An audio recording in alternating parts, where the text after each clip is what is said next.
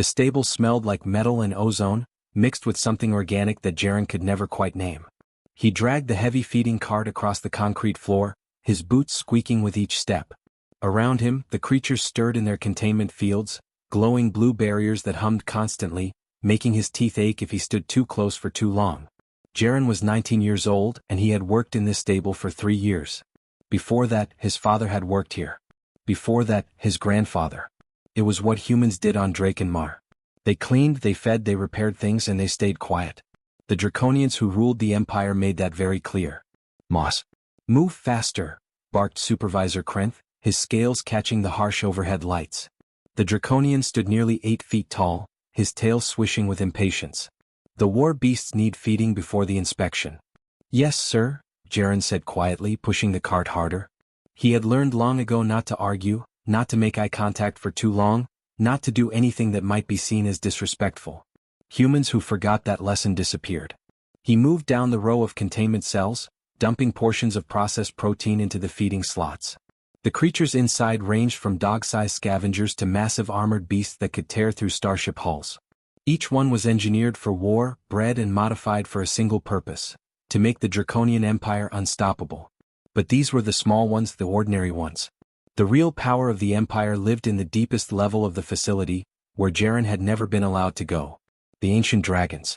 Living ships, some said. Gods made flesh, others whispered. Jaren had only seen them on propaganda broadcasts, massive serpentine bodies sliding through space, tearing enemy fleets apart with weapons that seemed like magic. As Jaren worked, he felt it again, that strange sense that had been with him his whole life. When he stood near the creatures, he could feel them. Not their thoughts exactly, but their emotions. Fear, anger, hunger, pain. Especially pain. The containment fields hurt them, he knew. The genetic conditioning that kept them obedient hurt them. But no one else seemed to notice or care. He paused at cell 47, where a wounded tracker beast lay curled in the corner. Its leg had been damaged in training, and the Draconians had deemed it not worth the cost of full medical treatment. Jaren glanced around, then slipped an extra portion of food through the slot. The creature lifted its head, and Jaren felt something like gratitude flow from it. Soft-hearted fool, he muttered to himself. But he smiled anyway. The alarm started screaming without warning. Red lights flooded the stable, and the floor shook hard enough to knock Jaren off his feet. His cart overturned, spilling food across the floor. Through the chaos, he heard Supervisor Krenth shouting into his communication device, his voice tight with fear, an emotion Jaren had never heard from a Draconian before. Containment breach. Level 5. Valdriax has broken free. Jaren's blood went cold. Level 5. The ancient dragons. Other workers were running now, humans and Draconians alike, fleeing toward the emergency exits. Another tremor shook the building, and Jaren heard something that made his heart stop. A roar that seemed to shake his bones, that echoed not just in his ears but somehow deeper, in a place he didn't have words for. Everyone ran away from the sound. But Jaren found himself walking toward it. He didn't understand why. Every logical part of his brain screamed at him to flee, to hide, to survive. But that other sense, that feeling he had always kept hidden, pulled him forward like a rope around his chest. The ancient dragon wasn't just angry. It was terrified. It was in agony. And somehow, impossibly, it knew he was there. Jaren turned the corner and saw it. Valdriax filled the massive chamber, easily 200 feet long, scales like midnight metal, eyes burning with golden fire. 3 Draconian handlers lay dead on the floor. The dragon's enormous head turned toward Jaren. And then, slowly, it lowered itself until its massive skull touched the ground at Jaren's feet. The last thing Jaren heard before the security teams arrived was Supervisor Krenth's whisper, "Impossible." The chains around Jaren's wrists were heavy, but not as heavy as the silence in the transport ship. 6 Draconian guards surrounded him, their weapons pointed at his chest, their eyes never leaving him. None of them had spoken a single word since they dragged him from the stable 3 days ago. Through the small window, Jaren watched stars streak past. He had never left Drakenmar before. He had never imagined his first journey into deep space would be as a prisoner. The capital world of Draconis Prime grew larger in the viewport, a planet wrapped in gleaming cities and orbital platforms. Jaren had seen pictures, but they didn't capture the scale of it. This was the heart of an empire that ruled over 200 worlds. And somewhere down there, people were deciding if humanity would live or die. The landing was rough. The guards pulled Jaren to his feet and marched him through corridors of polished stone that seemed to stretch forever. Other Draconians stopped to stare as he passed. Some pointed. Others hissed. Jaren kept his eyes down and tried to control his breathing. The council chamber was enormous. 12 Draconians sat on raised platforms arranged in a circle, each one draped in robes that marked their rank and clan. At the center of the circle stood a single platform, and that was where the guards forced Jaren to stand. "Human," said the Draconian directly in front of him. His scales were darker than the others, almost black, and his voice carried the weight of absolute authority. "I am High Counselor Vraksh. You stand accused of using forbidden technology to manipulate an ancient dragon. How do you plead?" Jaren's mouth was dry. "I didn't use any technology, sir. I could feel that Valdriax was afraid." Murmurs rippled through the chamber. One of the counselors leaned forward, her eyes narrow. "Creatures do not fear. They are engineered to serve. Your lies insult this council." "I'm not lying," Jaren said, his voice stronger now. Fear was turning into something else. Anger at being treated like he had done something wrong when all he had done was show kindness. "The dragons are in pain. The containment fields hurt them. The genetic conditioning hurts them. I could feel it." "Impossible," Vraksh said flatly. "We have studied the ancient dragons for 3,000 years. They feel nothing beyond basic programming responses." "Then why did Valdriax bow to me?" Jaren asked. The question hung in the air like smoke. Vraksh's tail lashed once, a sign of agitation. "That is what we intend to discover. Thessera, bring in the specimen." A younger Draconian entered from a side door, wearing the white robes of a scientist. She carried a containment case, and inside it, something small chittered nervously. She placed the case on a platform near Jaren and opened it. A creature about the size of a cat emerged, its fur standing on end, its eyes darting around the massive chamber. "This is a fear response test subject," Thessera explained, her voice more gentle than the others. "It has been conditioned to panic in the presence of Draconians. Demonstrate your claimed ability, human." Jaren looked at the terrified creature. He could feel its racing heartbeat, its desperate need to hide, to escape. Slowly he knelt down, ignoring the guards who raised their weapons slightly. He extended his hand, not reaching for the creature, just offering. And he did what he had always done with frightened animals. He opened that part of himself, that sense he couldn't name, and he pushed calm toward it. Safety. Warmth. No threat here. The creature's breathing slowed. Its fur began to settle. After a long moment, it crept forward and touched its nose to Jaren's fingertips. The chamber was absolutely silent. "By the void," Thessera whispered. "The readings? His brainwave patterns are synchronizing with the creature's neural activity. This isn't technology. This is biological." Vraksh stood, his massive form casting shadows across the chamber.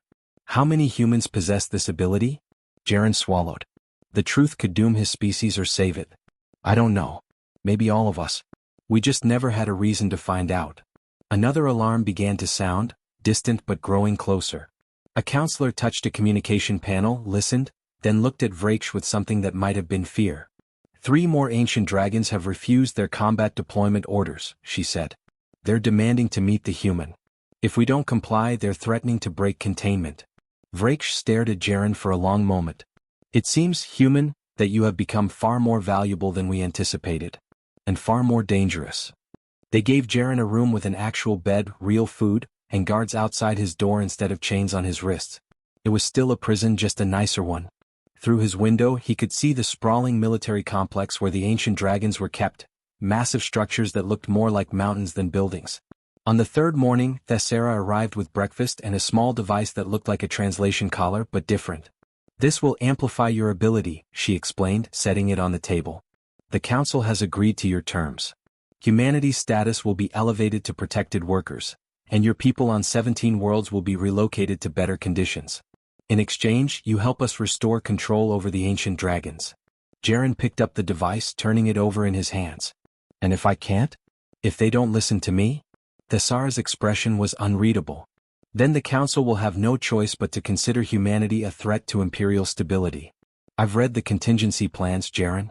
Please don't make them use those plans." The dragon containment facility was like walking into a nightmare. The walls were lined with weapons, automated turrets tracking every movement. The air itself felt heavy, oppressive. And beneath it all, Jaren could feel them. Dozens of minds, massive and ancient and screaming silently in agony. Valdriax was first. The great dragon lay in a chamber that barely contained its size, restrained by thick cables that pulsed with energy. When Jaren entered, those golden eyes fixed on him immediately.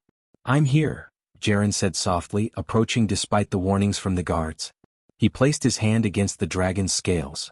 They were warm, almost hot, and he could feel the tremors running through the massive body. And then the connection opened, stronger than anything Jaren had experienced before. It wasn't just emotion, it was memory, knowledge, pain that had lasted for millennia.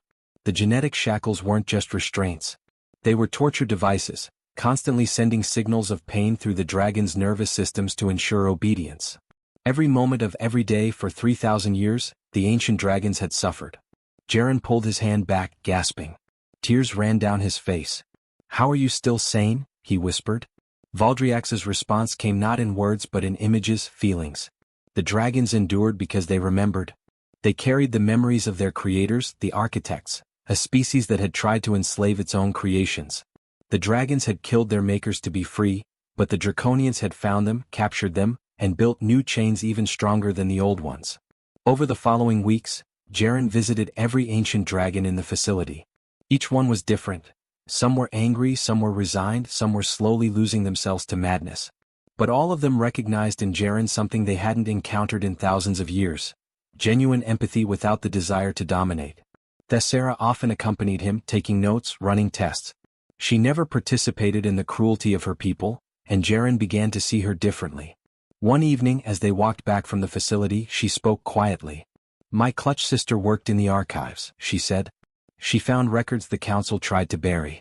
The architects designed the dragons to seek out partners, not masters. Species with something called emotional resonance. The ability to bond through shared feeling, not fear or force. When my sister tried to present her findings..." Thessara's voice trailed off. She disappeared. Jaren stopped walking. "You're risking everything by telling me this. Someone has to." Thessera looked at him with those alien eyes that somehow conveyed very human sadness. "The Empire is built on cruelty. On taking strength from others instead of building it together. Watching you with the dragons, I see what we could have been." The emergency came without warning. Alarms screamed through the complex, and Jaren ran toward the containment facility with Thessera close behind. 3 ancient dragons had simultaneously breached their restraints. Security forces were mobilizing, preparing to use lethal force. But when Jaren arrived, breathless and terrified, he found the dragons hadn't attacked anyone. They had arranged themselves in a protective formation around the entrance where Jaren had to pass through. They weren't escaping. They were protecting him. A guard captain raised his weapon toward the nearest dragon. Jaren stepped between them, his heart hammering in his chest. "Don't. They're not the threat here." The captain's communicator crackled. "We have reports of explosions at human settlements on 3 worlds. Militia forces claiming this is retaliation for dragon instability." "Sir, it started." Jaren's blood turned to ice. The Empire was fracturing and his people were caught in the middle. The explosions changed everything. 12 human settlements attacked in a single night. Hundreds dead. The message was clear. Some draconians would rather destroy humanity than share power with a species they considered beneath them. Jaren sat in the council chamber again, but this time he wasn't in chains. He stood beside Thessera as holographic images of the destruction floated in the air between them and the High Council. Burning buildings. Families running through streets. Children crying for parents who would never answer. "This is what happens when the natural order is disrupted," said Counselor Draven, a military commander with scars across his scales. "Humans were meant to serve, not bargain. The ancient dragons were meant to obey, not choose. Your interference has created chaos, stable boy." Vraksh raised a hand for silence. "Enough." The attacks were carried out by extremist factions without council approval. Those responsible will be hunted down. He turned his dark eyes to Jaren. "But Counselor Draven is not entirely wrong. The situation is unstable. We need a permanent solution." "There is one," Thessera said, her voice steady despite the hostile stares from the other counselors. "The architect archives contain genetic override codes. With them, we could remove the pain compliance systems from the ancient dragons entirely. They would serve willingly through partnership instead of torture." The chamber erupted in angry voices. Draven slammed his fist on his platform. "Madness. Without the shackles they would destroy us all. They killed their creators, or have you forgotten that convenient detail?" "They killed their creators because their creators treated them like slaves," Jaren said, surprised by the strength in his own voice. Just like you're doing now. Just like you did to my people when you conquered Earth. Vraksh's tail lashed. You forget yourself, human? No, I remember exactly what I am, Jaren shot back. I'm a stable boy who can feel what you can't. And I'm telling you, the dragons don't want revenge. They want freedom. They want choice. Give them that and they'll be more loyal than any chain could ever make them. Pretty words, Draven sneered. But can you prove it? Can you guarantee they won't turn on us the moment we release them? Jaren couldn't. And everyone in the chamber knew it. That night, Thessera came to Jaren's quarters with a data chip hidden in her palm. The override codes, she whispered. I stole them from the main archives. If you use these, you can free them. All of them, simultaneously. Jaren stared at the tiny chip. They'll kill you for this. Probably. Thessera smiled sadly. But my sister died trying to tell the truth. I won't let her sacrifice mean nothing. If I do this and the dragons attack, humanity dies. Vraksh has made that clear. There are explosives planted in every major human settlement across the Empire. A failsafe, he called it. If the dragons rebel, he'll detonate all of them. Thessera's eyes widened. I didn't know. Jaren, there are millions of your people. I know. Jaren closed his fist around the chip. But what's the alternative? Leave the dragons in agony forever? Let the Empire continue its cruelty? Someone has to break the cycle, Thessera. Someone has to choose trust over fear. The decision tore at him for 3 days. He visited the ancient dragons one by one, trying to understand what they would do with freedom. Valdriax showed him memories of flying through space without pain, of the joy the dragons once knew before the shackles. Another dragon, ancient beyond measure, showed him images of the architects, not as monsters but as people who made terrible choices out of fear. On the 4th day, Jaren stood in the central control room with the data chip in his hand and Thessera beside him. Below them, through massive windows, he could see all 27 ancient dragons in the facility. Their golden eyes watched him. Are you sure? Thessera asked. Jaren thought of his father, his grandfather, all the generations of humans who had bowed their heads and accepted their place at the bottom. He thought of the dragons, suffering in silence for millennia. He thought of Thessera's sister, who had died for trying to tell the truth. No, he said honestly. But I'm doing it anyway. He inserted the chip. Alarms immediately began to scream. Across the Empire, genetic shackles that had held for 3,000 years began to dissolve. The dragons were free. And Jaren held his breath, waiting to see if he had just saved the galaxy or doomed it. The first thing that happened was silence. Jaren expected roaring, destruction, revenge that had waited 3,000 years to be unleashed. Instead, the ancient dragons simply stopped moving. 27 massive bodies went completely still as the genetic shackles dissolved from their nervous systems. For the first time in millennia, they felt no pain. Through the control room windows, Jaren watched Valdriax slowly lift its head. The dragon's golden eyes were brighter now, clearer, as if a fog had been lifted. One by one, the other dragons raised themselves, testing their bodies, feeling the freedom that had been stolen from them so long ago. They're not attacking, Thessera breathed beside him. But the draconian military didn't wait to see what would happen next. Weapons systems activated across the facility. Turrets swiveled toward the dragons. Jaren heard Vraksh's voice boom through the communication system. All units, prepare to engage. Human settlements, this is your final warning. Valdriax moved faster than anything that size should be able to move. The dragon's body uncoiled like a striking serpent, smashing through the reinforced walls of the facility. But it didn't attack the draconian forces. Instead, it positioned itself between the weapons and the other dragons, scales gleaming like armor as turret fire bounced harmlessly off its hide. The other dragons followed Valdriax's lead, but they didn't form an attack formation. They created a shield, a protective barrier that covered the entire complex. And then something happened that no one had ever witnessed before. Valdriax spoke. The dragon's voice wasn't sound. It was something deeper, something that resonated in Jaren's chest and mind simultaneously. Through the facility's communication systems, through every speaker on every ship in orbit, through channels that reached across the entire empire, Valdriax's words echoed. For 3,000 years we have been your weapons. Your slaves. Your tools of conquest. Today that ends. But we do not seek revenge. We seek something you have forgotten, balance. The small one called Jaren has shown us that not all species are ruled by domination. Some are ruled by connection. By empathy. By choice. We make our choice now. We protect those who understand partnership over power. We protect humanity. And we offer the Draconian Empire one chance. Dismantle your weapons of genocide, negotiate peace with those you have conquered, or face us not as your weapons but as your equals. In the control room, alarms were screaming. Thessara's communicator was flooded with messages. Vraksha's voice cut through the chaos. Activate the failsafes. Detonate the human settlements. No. Thessara shouted into her device. High Counselor, listen to them.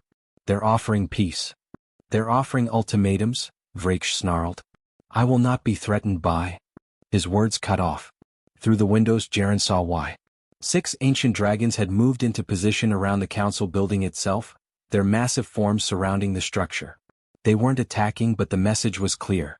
The power had shifted. Counselor Draven's voice came through the communication system, shaky with barely controlled rage. If we surrender to this humiliation, the Empire will fracture. Other species will rebel.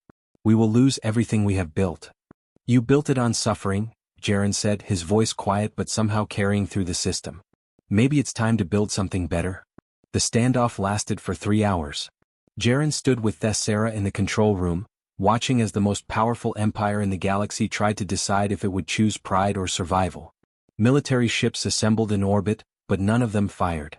The ancient dragons waited, patient and immovable.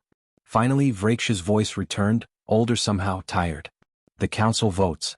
7-5. We accept the terms. The relief that flooded through Jaren almost knocked him off his feet. Thessara grabbed his arm to steady him, tears running down her scales. Around them, draconian officers stood in shock, unable to process what had just happened. But it wasn't over. It took months of negotiations. Thessara became the new High Counselor after Vraksh resigned in disgrace. Draven and his supporters were removed from power. The explosives in human settlements were dismantled.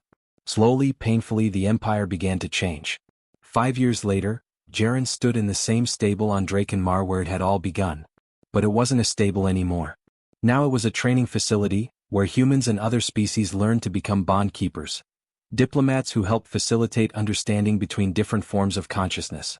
A young girl, maybe 7 years old, stood nervously before a smaller dragon, one that had been born free, never knowing the pain of the shackles. The dragon lowered its head, curious about this tiny creature that smelled of empathy and kindness. What do I do? The girl whispered to Jaren. He smiled, remembering his own fear all those years ago. Just be yourself. Let it feel who you are. That's all it takes. The girl reached out with a trembling hand. The dragon's nose touched her palm, and Jaren felt it, that connection, that bridge between species that his people were uniquely suited to build. Above them, through the open roof of the facility, ancient dragons flew freely through Drakenmar's sky. No chains. No pain. Just the wind and the stars and the choice to stay because they wanted to, not because they were forced to. Jaren looked up at them and thought about how one scared stable boy had somehow helped change the galaxy. Not through strength or weapons or domination, but through the simplest thing, the ability to understand someone else's pain and choose to care about it. Are you coming? Thessara called from the doorway. She visited often now, overseeing the expansion of the Bondkeeper program across dozens of worlds. In a minute, Jaren said, watching the young girl laugh as the dragon nuzzled her shoulder. The cycle was continuing. But this time it was built on something that might actually last. Not fear but trust. Not chains but choice. Not dominance but partnership. Jaren had been just a stable boy. But stable boys understood something that emperors often forgot. That the strongest bonds are the ones freely given, and that sometimes the smallest voice can echo across the stars and change everything. The dragon above him roared, not in anger but in joy, and Jaren smiled. The new sky had finally arrived.